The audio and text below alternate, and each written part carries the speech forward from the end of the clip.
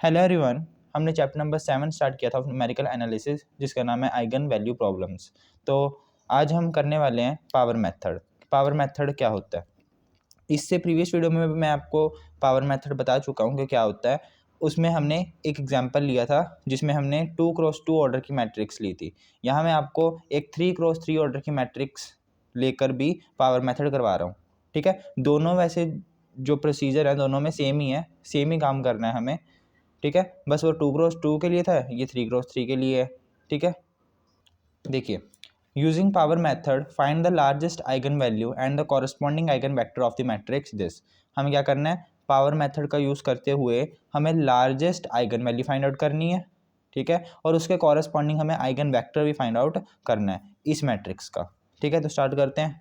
सबसे पहले हमने जब प्रीवियस वीडियो में करा था तो उसमें हमने सबसे पहले क्या करा था, एक मैट्रिक्स माननी थी एक्स नोट। ठीक है, एक्स नोट हमने एक मैट्रिक्स मानी थी। यहाँ ये कौन से ऑर्डर की मैट्रिक्स है? 3x3 ऑर्डर की मैट्रिक्स है। ठीक है, तो इसकी जो रोज होंगी, ठीक है, इस मैट्रिक्स की जो रोज होंगी वो भी 3 होंगी। ठीक है, 1 0 0, ये आपको मान के चलना है। ठीक है, अब हम फर्स्ट स्टेप करते हैं।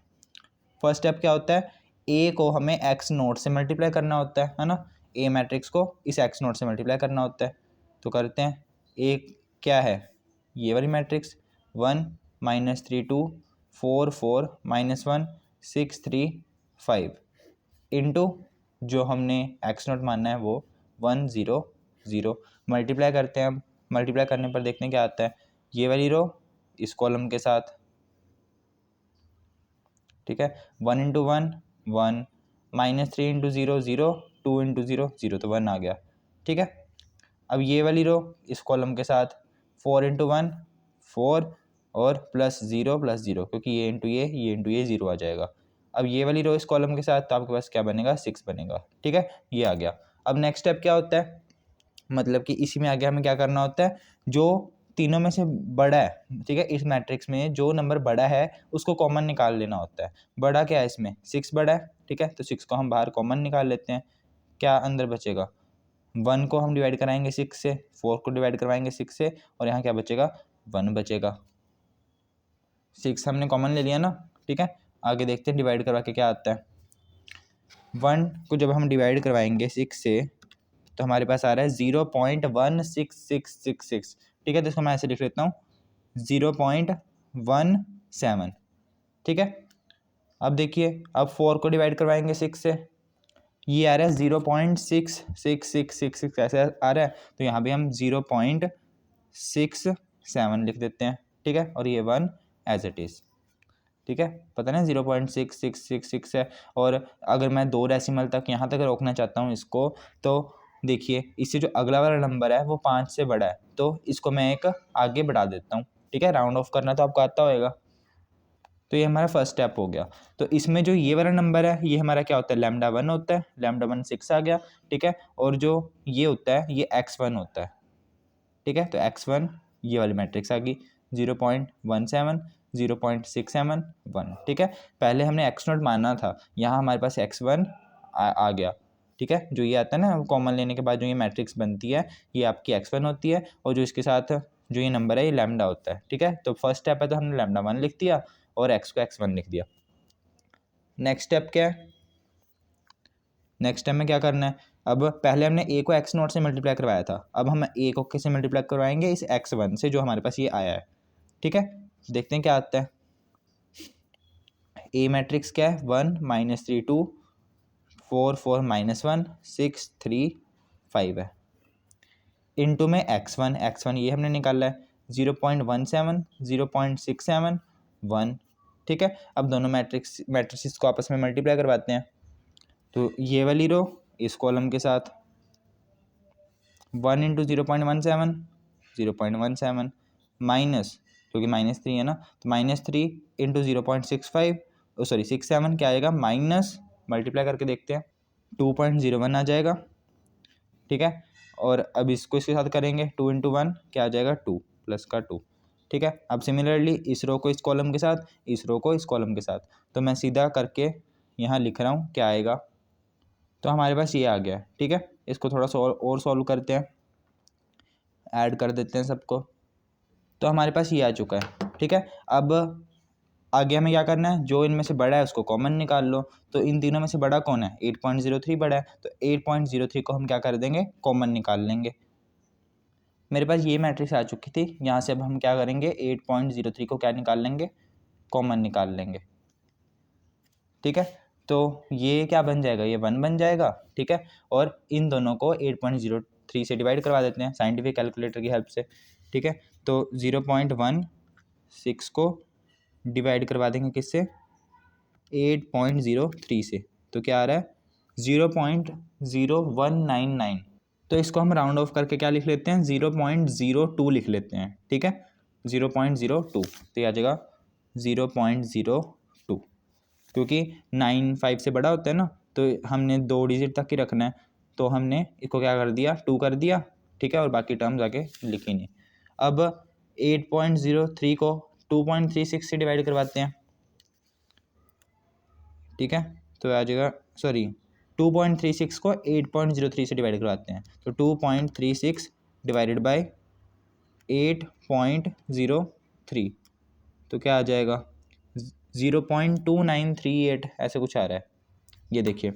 ठीक है, तो ये आ जाएगा 0.29 तक लिखेंगे, क्योंकि जो 3 है वो 5 से बड़ा नहीं है, छोटा है, तो ये 9 एज इट इज़ रहेगा, 0.29 आ गया, यहाँ लिख देंगे 0.29। ठीक है, तो ये आ गया।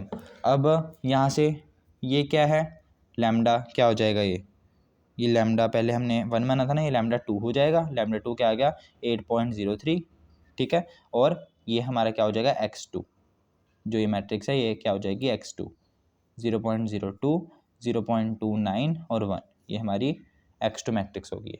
ठीक है, अब चलिए अब हम थर्ड स्टेप देखते हैं। हमें कब तक करना है, जब तक हमारी जो ये x की वैल्यू नहीं है, जो x मैट्रिक्स की जो वैल्यू है वो सेम ना आने लग जाए। ठीक है, जब x जो मैट्रिक्स है लगभग सेम आने लग जाएगी ना, ठीक है, 2 स्टेप में अगर ये मैट्रिक्स x सेम आने लग जाती है, तो हम क्या करेंगे, वहीं रोक देंगे। ठीक है, और वो जो आपका x होगा वो आइगन वेक्टर होगा, और उसके कॉरेस्पॉन्डिंग जो लैम्डा होगा वो आपकी आइगन वैल्यू होगी। ठीक है, तो हमें तब तक करना है जब तक x हमारा सेम ना आने लग जाए।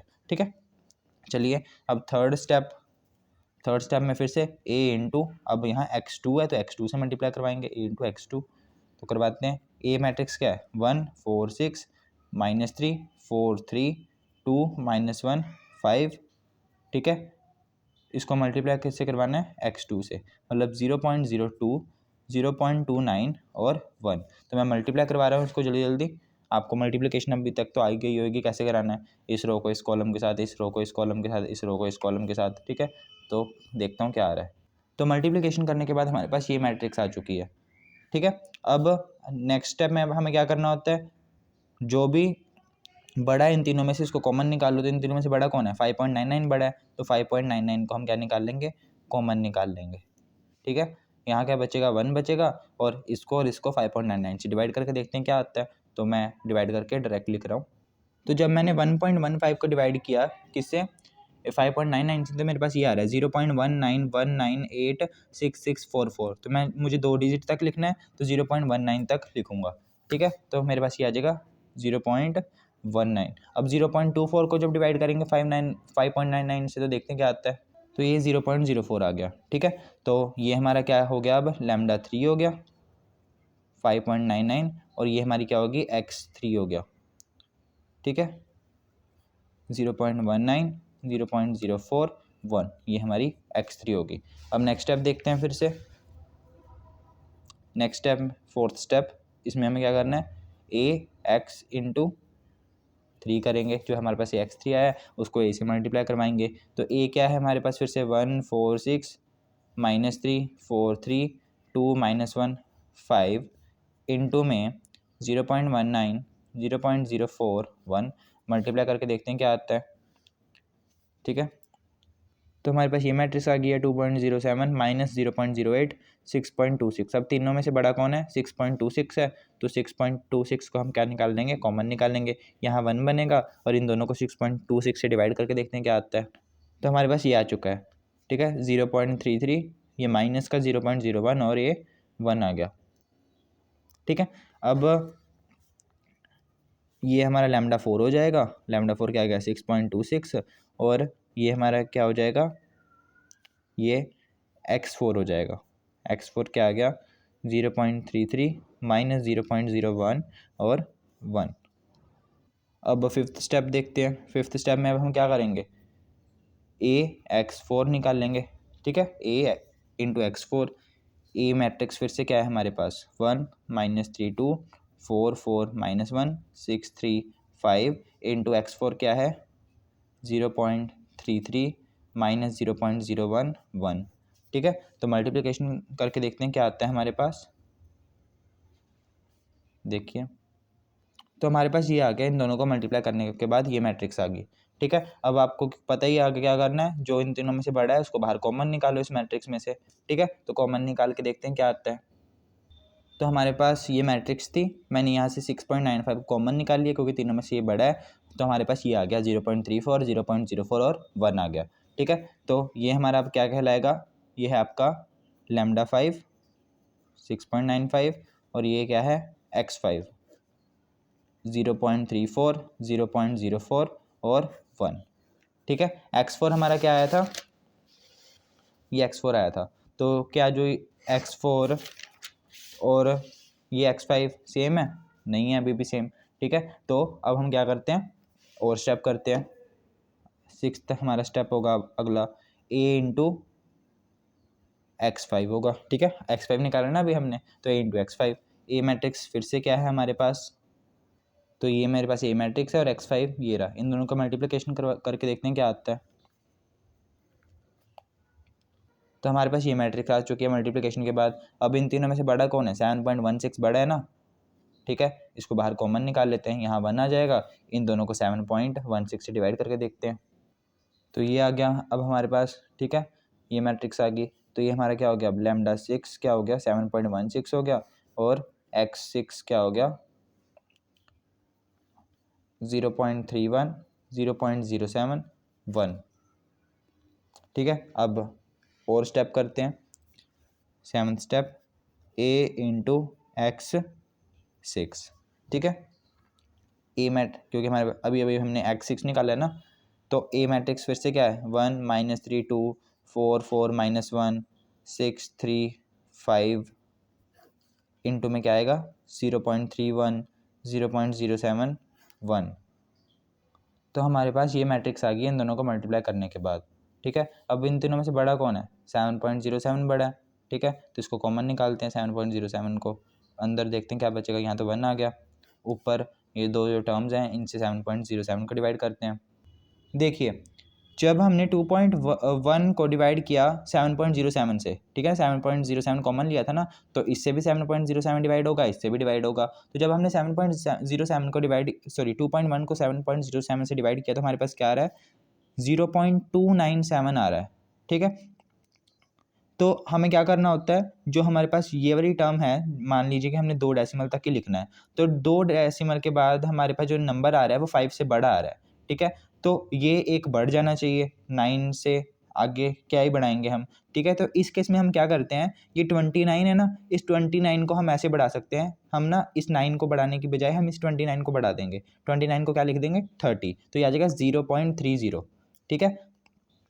तो मैं आपको बस ये बता रहा हूँ यहाँ कि यहाँ 0.297 है ना, तो यहाँ मैंने 0.30 कर दिया है, तो कॉमन लेने के बाद यहाँ मेरे पास क्या आ जाएगा 0.30। जब मैंने 2.1 को डिवाइड किया 7.07 से, तो यहाँ क्या आ गया 0.30। जब 0.52 के साथ डिवाइड करूँगा तो 0.07 आ रहा है, और जब 7.07 के साथ डिवाइड करूँगा तो 7.07 को तो 1 आ रहा है, ठीक है। तो मेरे पास ये आ गया। तो यहाँ से मेरे पास क्या आ गया, मेरे पास जो लैम्डा जो क्या है ये 7 है, ठीक है, क्या आ गया 7.07, और मेरे पास x7 क्या आ जाएगा 0.30 0.07 और 1 आ गया। अब आप देख सकते हो कि जो आपका ये x6 और x7 है लगभग सेम ही है ना। देखिए यहाँ 0.31 है, बस यहाँ 0.30 है, ठीक है। जो ये लास्ट वाला जो आपके पास नंबर है ना, जो लास्ट वाला डिजिट है वही बस थोड़ा सा डिफरेंट है, 0.31 है या 0.30, एक का ही डिफरेंस है। ये भी 0.07 है, ये भी 0.07 है, ये भी 1 है, ये भी 1 है। तो मतलब लगभग अप्रॉक्सीमेटली x6 और x7 क्या है, सेम ही है। ठीक है, अगर आप एक स्टेप और करके देखना चाहते हो तो आप करके देख लो, क्या पता बिल्कुल सेम ही आ जाए। ठीक है, वैसे यहाँ तक भी सही है क्योंकि लगभग बिल्कुल सेम ही है। यहाँ से हमें क्या दिख रहा है, अप्रॉक्सीमेटली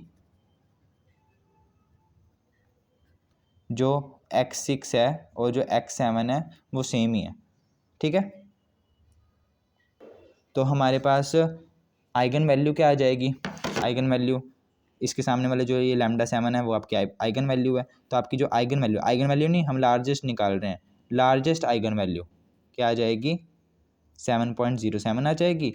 ठीक है, और हमारे पास कॉरस्पॉन्डिंग आइगन वेक्टर क्या आ जाएगा, आइगन वेक्टर ये आ जाएगा 0.30, 0.07 और 1।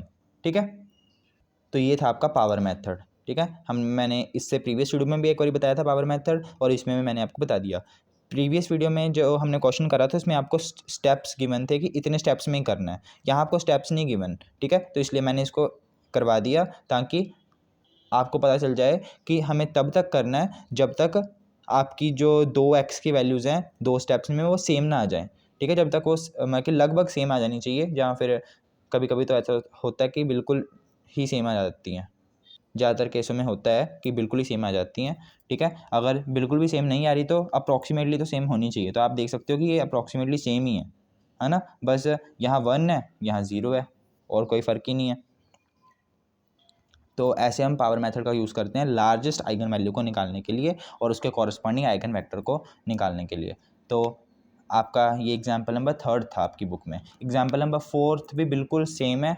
ठीक है, वो आप खुद ट्राई करना। इस वीडियो से नेक्स्ट वीडियो में भी हम पावर मेथड को कंटिन्यू करेंगे, पर उसमें हम क्या करेंगे, अब स्मॉलेस्ट आइगन वैल्यू निकालेंगे। हमने लार्जेस्ट आइगन वैल्यू तो सीख ली कैसे निकालते हैं, अब हम ये देखते हैं कि हम स्मॉलेस्ट आइगन वैल्यू कैसे निकालते हैं पावर मेथड का यूज़ करते हुए। ठीक है।